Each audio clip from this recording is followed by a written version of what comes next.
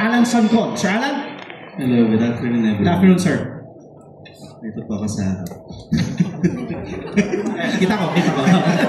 Kasi nahanap nila. Lahat kami nakatingin doon eh. Katabi ng monitor. Hindi, I just want to ask everyone. Kasi parang sabi nyo, wala pa kayo masyadong natutunan kasi it's just bago, di ba? Baguhin natin yung question, di ba? Kumbaga, how honored you are to be part nitong napakalaking project ng TV5 na Totoy Bato? At ano yung nilulook forward nyo sa teleserye na at project na kasama kayo? Yeah. Siguro start with AJ. Ako sobrang nagpapasalamat to kasi isa ako sa mga tumawid kasi kasama ako dun sa Lumuhod Ka sa Lupa tapos tumawid ako dito sa Totoy Bato. So gusto ko lang magpasalamat syempre sa Viva, ala Boss Vic, sa TV5 and of course na nagtiwala po sa aking mga directors, sa aking mga producers. Maraming salamat po.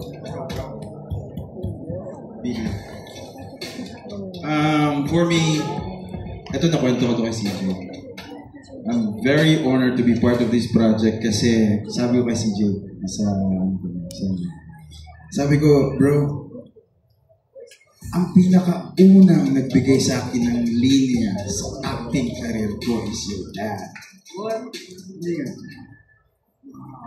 So sabi ko, bro, thank you, man. Alam nila yan. So, hindi ko alam kung paano ko siya i-explain. So, I'm very, very happy. Vince. Sa akin, sobrang thankful talaga kasi binigyan ako ng chance ni Postdick na gumawa naman ng mainstream kasi laging sa streaming platform lang ako nang hindi ba nakakagawa. Kaya, yun. Pressure din. Kailangan gawin yung best. Lester. Unang-una sa lahat, maraming salamat po rin sa pagtitiwala sa aking talento. Ayun. So galing ako sa isang show with Direk Albertin and Direk Zairo. Then after po nun, nagkaroon po ulit ako ng isa pang show under TV5 din with your kuya. Kuya Agamo, nakisuntok sa buwan. So napaka-blessed po na ito na naman ako sa TV5. Baka gusto niyo na po akong kunin. Dala na po akong ballpen. Pwede na po akong tumirma. Maraming salamat po sa tiwala talaga. Yun po talaga. Sobrang blessed. Parang parang dito na ako tatanda talaga sa pag-arte. So, maraming salamat po talaga. CJ. One word again, kasi syempre, sabi ko nga, we have deep roots here. At saka may mga nakatrabaho na rin ako dito sa mga dating teleserye. So, and coming in, kasi syempre, iniisip ko paano yung transition. Lalo na tatawid din from Lumuhod, I was even barely there, and then ngayon may bagong project. But they made me feel right at home. Pag nasa holding area kami, nasa dressing room, it feels like, I'm just in my living room. So, I'm so thankful, for our creative directors. And when I say creative, in terms of artistry talaga, makikita mo yung husay ng modern direction natin. So, maraming salamat po sa tiwala, sa mga associates natin, the people responsible for the position that we are in now. Boss Vic, Viva, looking forward to seeing you soon. Thank you po sa lahat. Siyempre sa bida natin, si Kiko, siyempre. Bro, kung hindi mo dinadala na maayos to bro, we all sing with you in the ship, bro. Kaya salamat bro that you're giving this. Sabi ko Thanks for the pressure. Justice will be served. No, but I believe in that. Justice will be served. For me, it's just an honor to be here with these amazing actors, amazing cast, amazing filmmakers. So excited! I'm so excited because I haven't done action since 2019 in the movie Maria, and I'm very excited because I've been doing jiu-jitsu, competing, teaching, training for over 15 years, and I'm just really excited to be able to use it. I always wanted to do that ever since I was a kid, put it into the movies. So just living a dream. I'm really happy. Thank you po. Siguro yung mga veteran din na natin tatanungin kasi talagang honored naman to be part. No, hindi, I have a question to Miss Yula. Hindi. Miss Yula, I just want to ask you kasi you're a veteran actress na rin, di ba? Hindi man natin may kakaila. And you're an amazing actress. Thank you. At makikita hindi pa rin channel, di ba? Kumbaga, ngayon po, na sa dami-dami ng mga role na ginampanan ninyo, bida, kontrabida, kumbaga, paano kayo na-excite dito sa role ni Ruby, dito sa Totoy Bato, and why you accepted the role? Ito na nga. Ito na ang sasabihin ko. Ang first movie ko with Viva Films when I was 14 years old ay Dugong Buhay, na ang sumulat, ang nag-direct ay si Carlo J. Caparas. So para sa akin, ito ay classic na ang Totoy Bato, and honored and thankful ako na napasama ako sa teleserye ito. Thank you kay Boss Vic sa Viva Films and sa TV5 dahil, alam mo yun, parang 360 na nag-umpisa ako na Carlo J. Caparas ang gumawa, and then ngayon gagawa rin ako na siya rin ang sumulat. Well, originally na siya yung sumulat. Yun ang feeling ko. Excited ako na ang haba ng panahon and gumagawa ulit ako ng classic na ginawa ni Carlo J. Caparas. About your character, Ruby. Si Paano Ruby? kayo na-excite yan? Sabi mo nga, napapanood mo ako ng bida at kontrabida. Ganon din dito. Malamang halo. Kaya exciting. Thank you, Miss Yula. And congratulations. Thank you. Thank you, Alan Sangkon of Stars Photog. And up next, let's go to Janelle Calamayan ng Orange Magazine. Hello po. Good afternoon and congratulations po. My question po is for Miss Yula. Without spoiling, do you think audiences will be inclined to love, hate, or perhaps feel conflicted with your character as Totoy Bato's story unfolds? Magiging ano sila? Magiging excuse me? Inclined po ba sila to love, hate, or perhaps feel conflicted with your character? Well, I hope na ma-affect sila sa portrayal ko. Hindi ko pa masasabi kung anong mararamdaman nila. Let's just wait and see. But I will do my best na magampanan ko yung role na binigay sa akin. Yun lang ang ma-promise ko. Well, yung effect sa kanila, kung ma-love nila o ma-hate, it's up to them. Kung anong effectivity ng paggaganap ko. That's all. Thank you. Thank you, Janelle. Ito, lagi natin nakikita sa social media from kapatid insider, Carl Jun Canonoy. Carl Jun? Hello po, good afternoon po. Una po sa lahat, sobrang congratulations po sa lahat ng team ng Totoy Bato for a wonderful project. And then, in question ko po is, kung sino naman po sasagot sa inyo, gaano kalaki ang pressure na sa inyo na mapantayan ng success ng Lumuhod Ka sa Lupa? Di ba, nung nag-pilot kayo, nag-transfer kayo to prime time to nag-task kayo ng rating. So, may pressure po ba na makikita ng success? Kahit sa inyo, kung pwede nyo pong sumagot. Siyempre palaging nandun yung pressure. Hindi naman mawawala yan. Parang magsisinungaling ako kapag sinabi ko, hindi kami napipressure. Di ba? Pero palagay ko, with our team and with our cast, parang mas madali siya ngayon.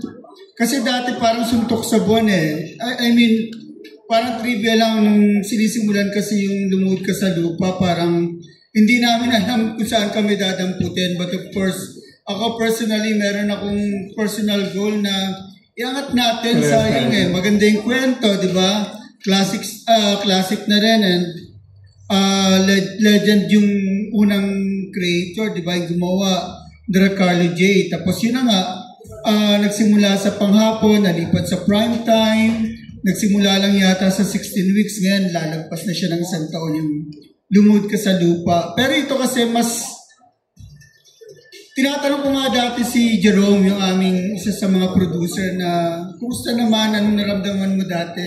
Sabi niya, mas mahirap daw kasi first time lang namin magkakatrabaho. Ngayon medyo mas madali na dahil kabisado na namin yung pitik ng isa't isa, di ba? Yung galawan ng isa, kumbaga nagkadugtong-dugtong na yung mga bituka namin.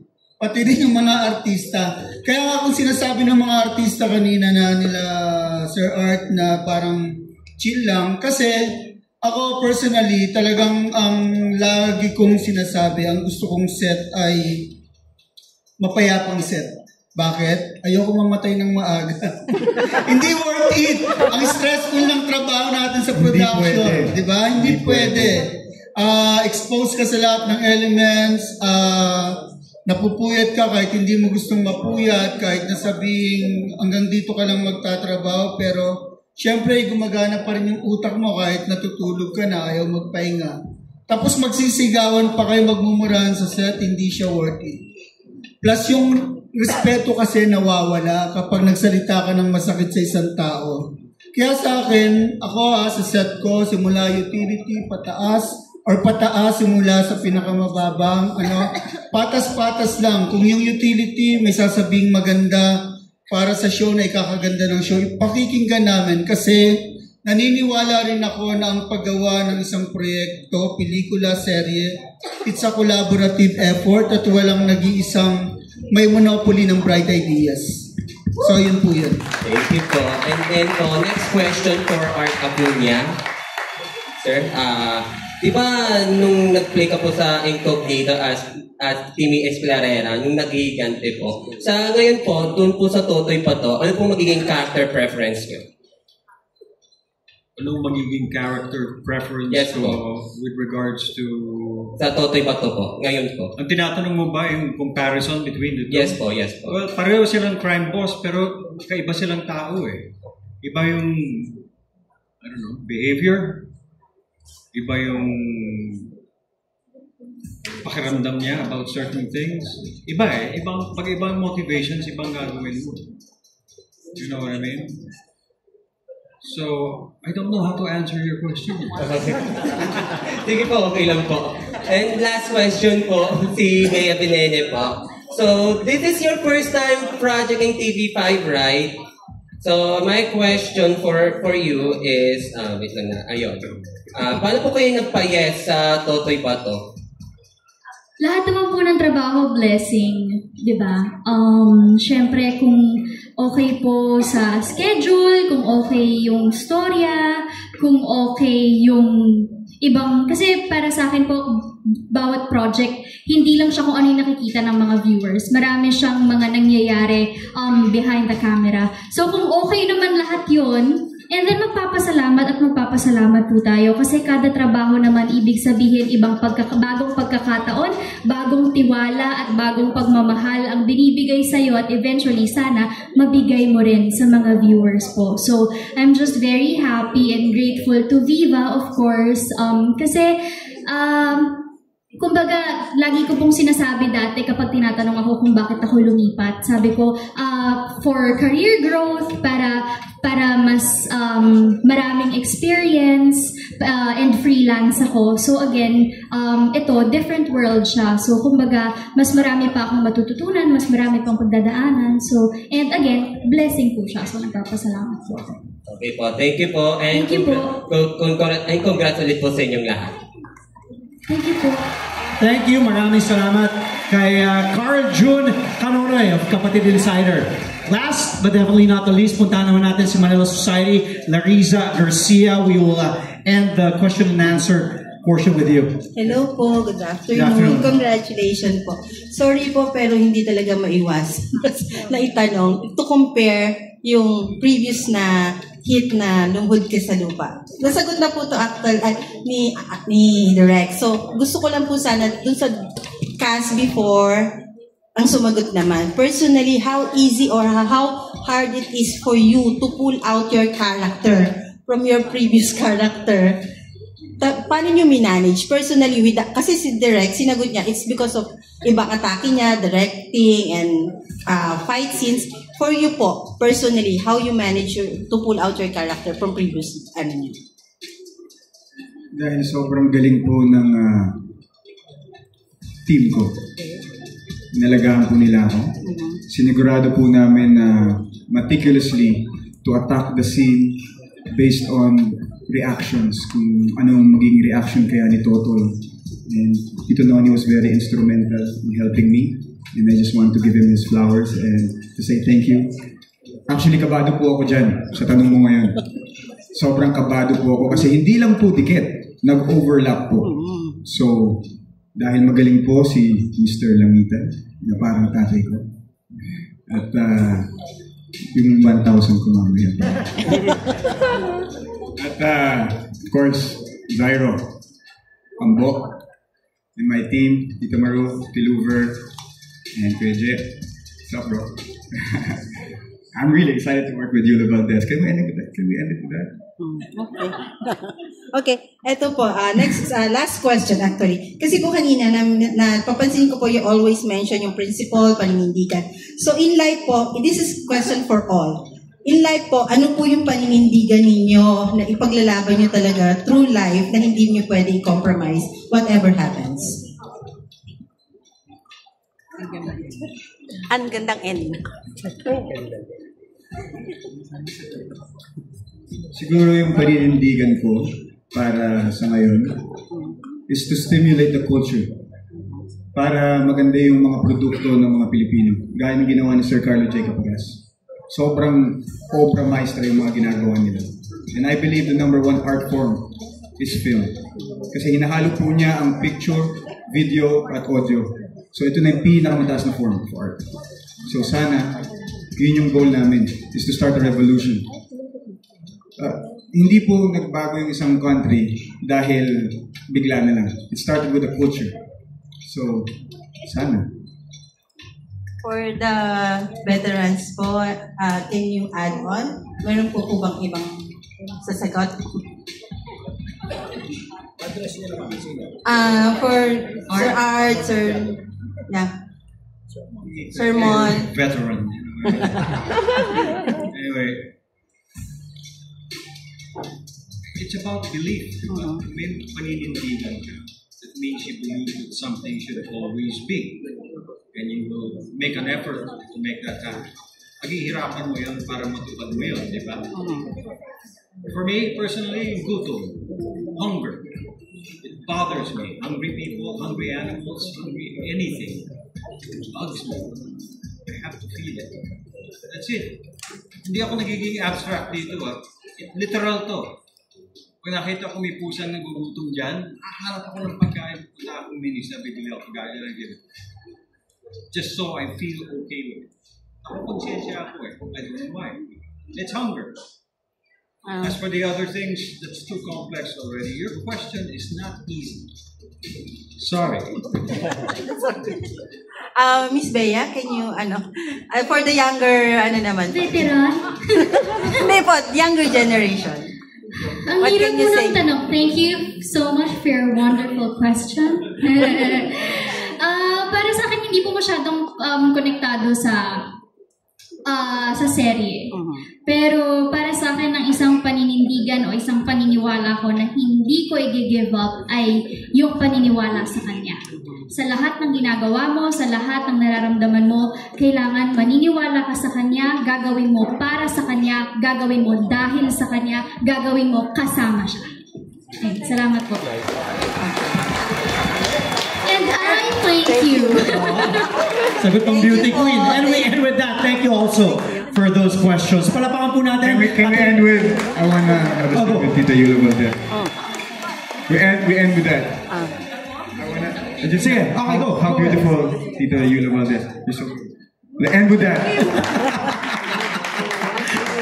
Maraming salamat sa ating mga kaibigan from the press and the media. Thank you so much sa lahat ng inyong mga katanungan. Mukhang marami na